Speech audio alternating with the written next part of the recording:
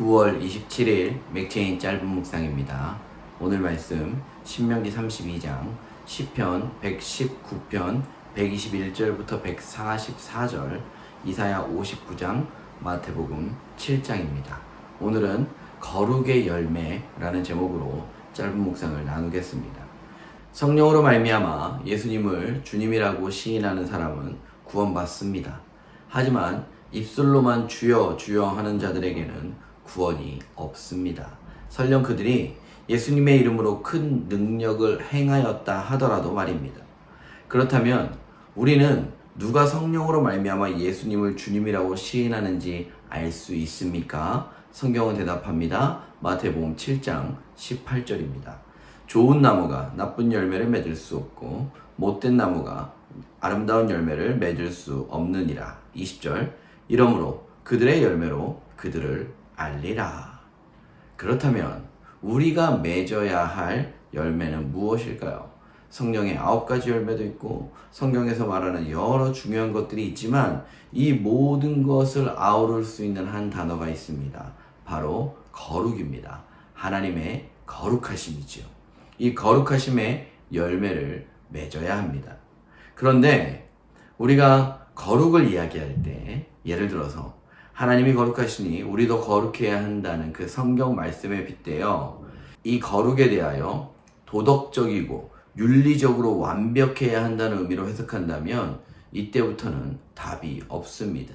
우리는 구원받았지만 여전히 연약하고 이 땅에 사는 동안에는 죄를 지을 수밖에 없는 존재로 살아가기 때문입니다. 당신의 거룩함을 두고 우리에게 거룩하라고 하시는 하나님의 명령은 윤리나 도덕에 관한 것이 아닙니다. 그러면 우리는 어떻게 거룩의 열매를 맺을 수 있나? 바로 연약한 나를 통하여 거룩하신 하나님을 드러내는 것이지요. 나의 거룩이 아니라 하나님의 거룩을 내 삶을 통해 보여주는 것입니다.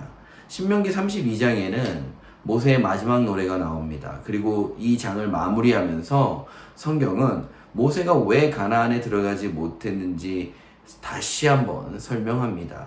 신명기 32장 51절입니다. 이는 너희가 신광야 가데스의 무리바 물가에서 이스라엘 자손 중 내게 범죄하여 내 거룩함을 이스라엘 자손 중에서 나타내지 아니한 까닭이라. 하나님이 베푸시는 은혜와 능력 앞에서 마치 자신이 그 일을 해주는 것처럼 교만했던 것이지요. 백성의 약함 가운데 하나님의 강함이, 백성의 불평 가운데 하나님의 긍휼이 드러나야 하는데 하나님이 아닌 모세가 스스로를 드러낸 사건이었던 것입니다.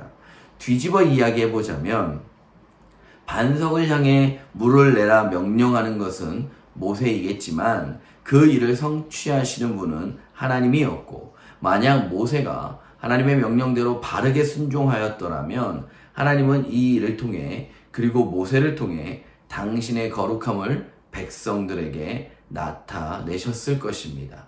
결국 모세가 아닌 하나님이었던 것이지요. 마찬가지로 우리가 드러내야 하는 거룩의 열매는 불가능하고 아주 어려운 것이 아닙니다. 강한 자만이 해낼 수 있는 것도 아닙니다.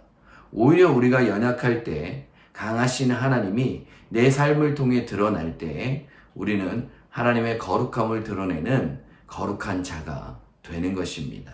사랑하는 그나라교회 성도 여러분, 오늘 하루도 작은 순종, 아주 작은 그 순종을 통해 내가 아닌 하나님을 드러내면서 우리가 마땅히 맺어야 할 거룩의 열매를 드러내는 복된 하루 될 수 있기를 주님의 이름으로 축복드립니다.